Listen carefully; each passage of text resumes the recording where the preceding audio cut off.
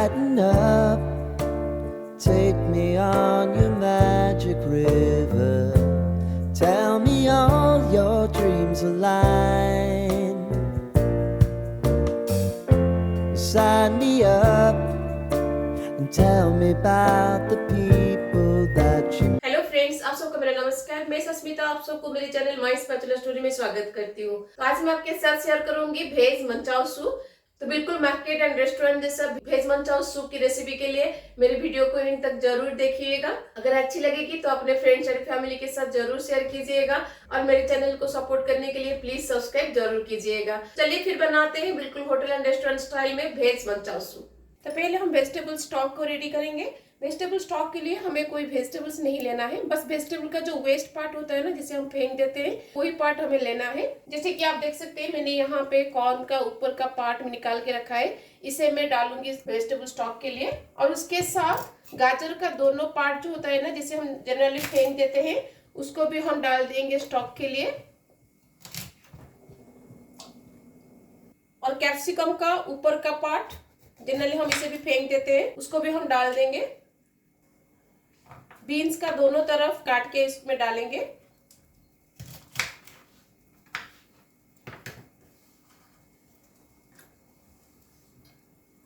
और पत्ता गोभी का जो बीज का जो हार्ड पार्ट होता है ना, उसको भी हम इसमें डालेंगे।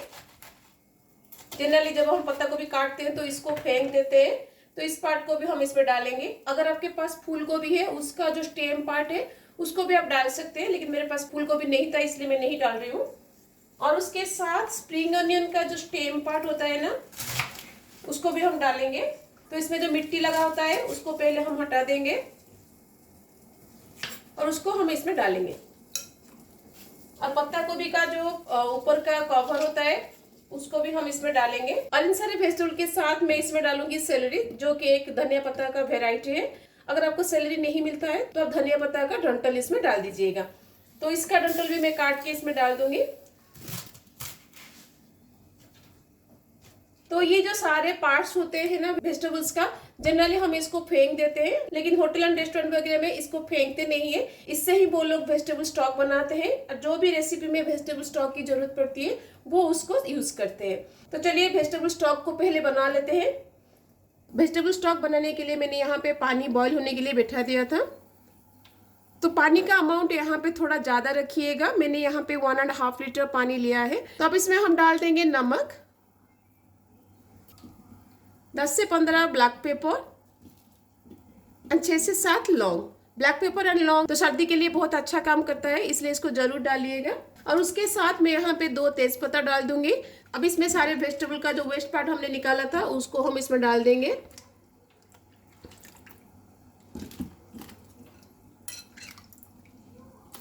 अब इसको 20 से 15 मिनट के लिए हम बॉईल करेंगे, लेकिन इसको कम्प्लीटली कवर मत करिएगा। इसे थोड़ा सा इसको ओपन रखिएगा ताकि वेजिटेबल का जो रॉ स्मेल है ना वो चला जाए। अगर आप इसको कम्प्लीटली कवर करके बॉईल करेंगे तो सारे वेजिटेबल का जो रॉ स्मेल है वो वेजिटेबल स्टॉक में रह जाएगा, तो अच्छा नहीं लगेगा।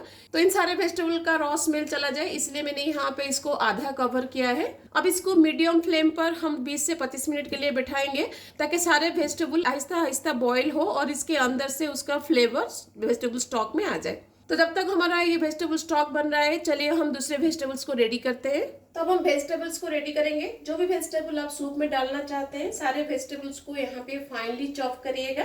तो आज मैं चॉपर में चॉप कर लूंगी। अगर आपके पास चॉपर नहीं है तो हाथ से भी इसको फाइनली चॉप कर सकते हैं। तो पहले मैं गाजर को पील आउट कर लूंगी। जो भी वेजिटेबल्स आप डालेंगे, सारे वेजिटेबल को पहले पानी में धो लीजिएगा, फिर उसके बाद उसको फाइनली चॉप करिएगा। पत्ता गोभी को भी मैं अच्छे से धो लूंगी पानी में।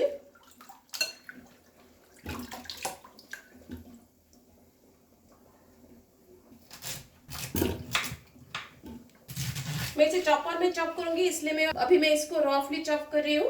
अगर आप हाथ में चॉप कर रहे हैं तो इसको फाइनली चॉप करिएगा। अब इसको मैं चॉपर में डाल दूंगी। तो पहले हम गाजर को चॉप कर लेंगे।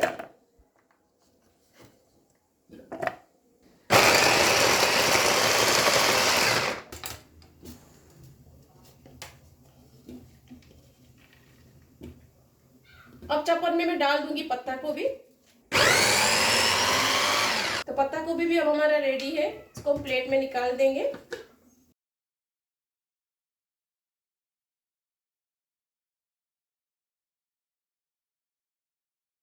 कैप्सिकम को भी मैं चॉपर में चॉप कर लूंगी, इसलिए मैं अंदर का पार्ट इसका निकाल दूंगी।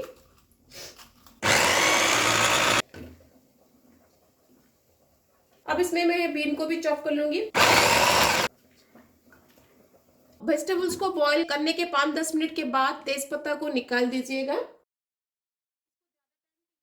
नहीं तो वेजिटेबल स्टॉक का जो कलर है वो चेंज हो जाएगा।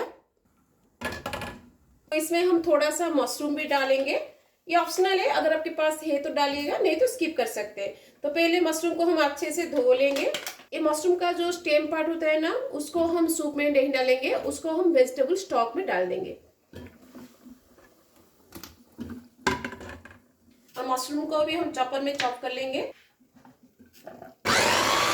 तो जो भी वेजिटेबल्स को हमें चॉप करके सूप में डालना था, हमने सारे वेजिटेबल को चॉप कर लिया है। बाकी का जो कॉर्न एंड स्प्रिंग अनियन है उसको हम बाद में डालेंगे, बाकी के वेजिटेबल के साथ नहीं डालेंगे। वेजिटेबल स्टॉक को बैठाते हुए 20 से 25 मिनट हो गया है, चलिए उसको हम निकाल देते हैं। तो वेजिटेबल स्टॉक को मीडियम फ्लेम पर बॉईल करते हुए 20 से 25 मिनट हो गया है। अब हम गैस बंद कर देंगे। अब इसको हम स्ट्रेन आउट कर लेंगे।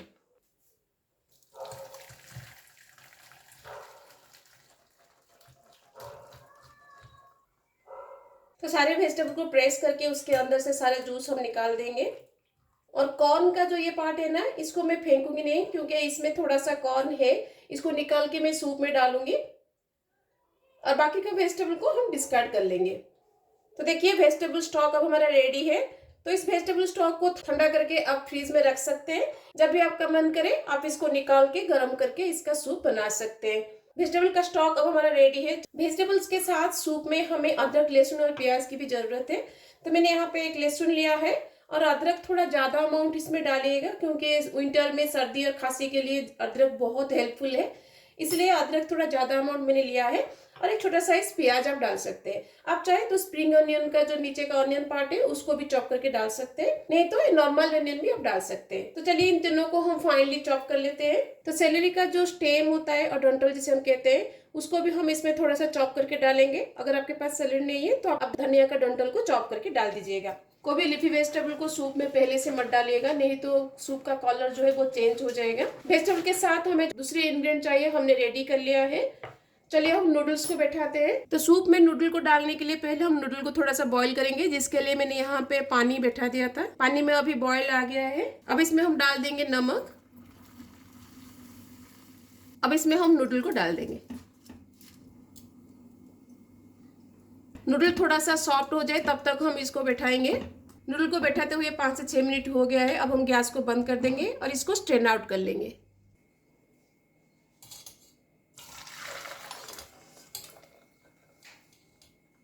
अब नूडल में हम डालेंगे थोड़ा सा तेल, ताकि नूडल आपस में ना चिपके। 2 फॉर्क की मदद से इसको हम तेल में अच्छे से कोट कर लेंगे। अब इसमें हम 2 टीस्पून कॉर्नफ्लोर डालेंगे। नूडल को कॉर्नफ्लोर में हम अच्छे से कोट कर लेंगे। अब इसको हम फ्राई करेंगे। नूडल को फ्राई करने के लिए तो मैंने यहाँ पे तेल बैठा दिया था, अभी तेल गर्म हो गया है। अब इसमें हम नूडल को डाल देंगे।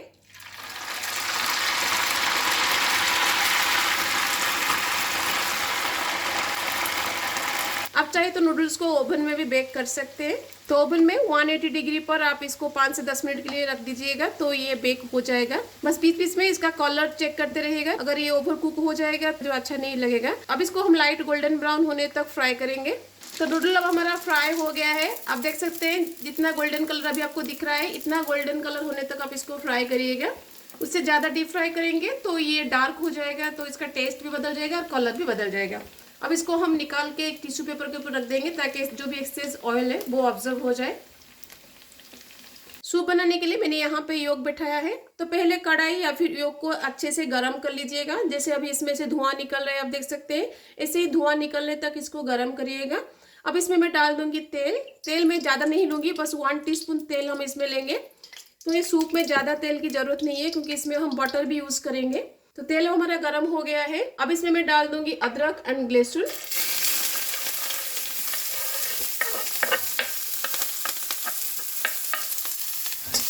है तो ग्रीन चिली को भी चॉप करके डाल सकते हैं, लेकिन घर में बच्चे हैं इसलिए मैं ग्रीन चिली को चॉप करके नहीं डाला है। अदरक लहसुन को हम 2 मिनट के लिए सटे करेंगे ताकि इसका जो रॉ स्मेल है वो चला जाए और इसमें थोड़ा सा कलर चेंज हो जाए। तो अदरक लहसुन अब हमारा हो गया है। अब इसमें मैं डाल दूंगी चॉप्ड प्याज।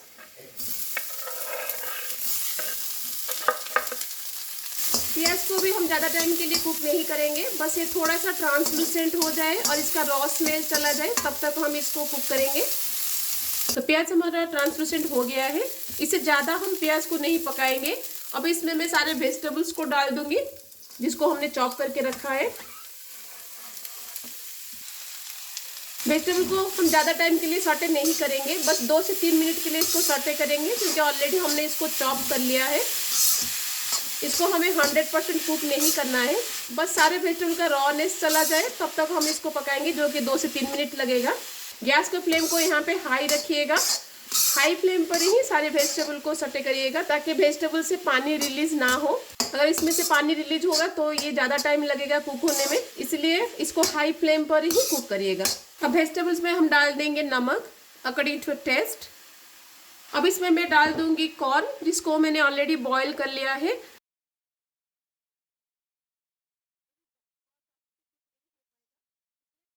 अब इसमें मैं डाल दूंगी चॉप्ड सेलेरी का स्टेम। अगर आप धनिया का डंडल डालते हैं तो इस स्टेज पे डाल दीजिएगा। तो इन सबको हम अच्छे से मिक्स कर देंगे और 2 मिनट के लिए इन सबको सटे करेंगे। अब इसमें हम सारे सॉस को डालेंगे। तो पहले हम इसमें डाल देंगे 2 to 3 teaspoon dark soya sauce, 1 teaspoon chilli sauce, जितना तीखा आप खाएंगे उसके हिसाब से डालिएगा, एंड 1 टीस्पून टमाटो केचप। अब इसमें हम डाल देंगे 1 टीस्पून ब्लैक पेपर पाउडर। तो इन सबको हम अच्छे से मिक्स कर देंगे। वेजिटेबल को कुक करते हुए 3 से 4 मिनट हो गया है। अब इसमें हम वेजिटेबल स्टॉक को डाल देंगे। जितना पतला आप सूप चाहते हैं उसके हिसाब से स्टॉक को यहाँ पे डालिएगा।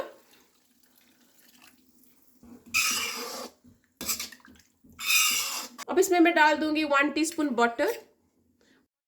तो बटर यहाँ पे जरूर डालिएगा क्योंकि बटर सूप का टेस्ट को एनहांस करता है। अब इसमें एक बॉयल आने तक हम बिठाएंगे। तो जब तक ये बॉयल हो रहा है चलिए हम इसके लिए एक स्लरी को रेडी करते हैं। तो सूप को थोड़ा सा थिक करने के लिए हम यहाँ पे कॉर्नफ्लोर का एक स्लरी को रेडी करेंगे, जिसके लिए मैंने यहाँ पे लिया है 2 टीस्पून कॉर्नफ्लोर। अब इसमें पानी डाल के हम इसका एक स्लरी बनाएंगे। अगर आप यहाँ पे कॉर्नफ्लोर या फिर कॉर्नस्टार्च को स्किप करना चाहते हैं तो आप यहाँ पे पोटैटो फ्लोर भी डाल सकते हैं या फिर आलू काट के आलू को भी डाल सकते हैं। तो कॉर्नफ्लोर का स्लरी अभी रेडी है, चलिए इसको हम सूप में डालते हैं। सूप में अभी बॉयल आ गया है। अब इसमें हम कॉर्नस्टार्च का स्लरी को डाल देंगे।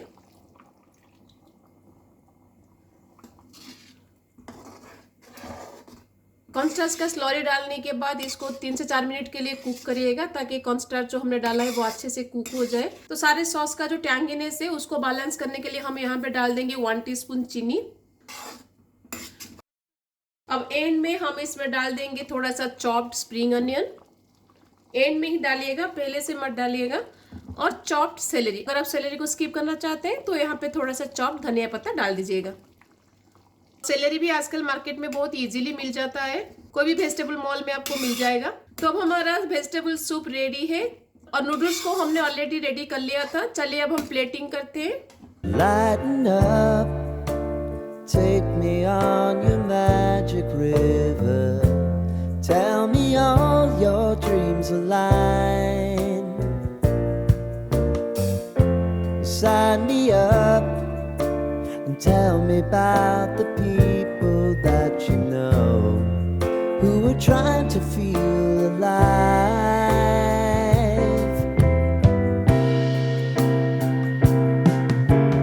Life can get hard, so honey, if you need to cry, just come share my pillow. तो कैसी लगी आपको वेज सूप की रेसिपी? इस विंटर सीजन में इसको घर में जरूर बनाइएगा, देखिएगा सबको बहुत पसंद आएगा। विंटर में सर्दी खांसी के लिए ये तो रामबाण जैसा है, जितना टेस्टी है उतना हेल्दी भी है। तो इस विंटर में घर में इसको एक बार जरूर ट्राई कीजिएगा। कैसा लगा मुझे कमेंट में जरूर बताइएगा। अगर अच्छी लगी तो अपने फ्रेंड्स एंड फैमिली के साथ जरूर शेयर कीजिएगा। अगर मेरे चैनल में नए हैं तो प्लीज सब्सक्राइब जरूर कीजिएगा। तो मिलते हैं और रेसिपी के साथ। Till then bye bye, see you, have a good day.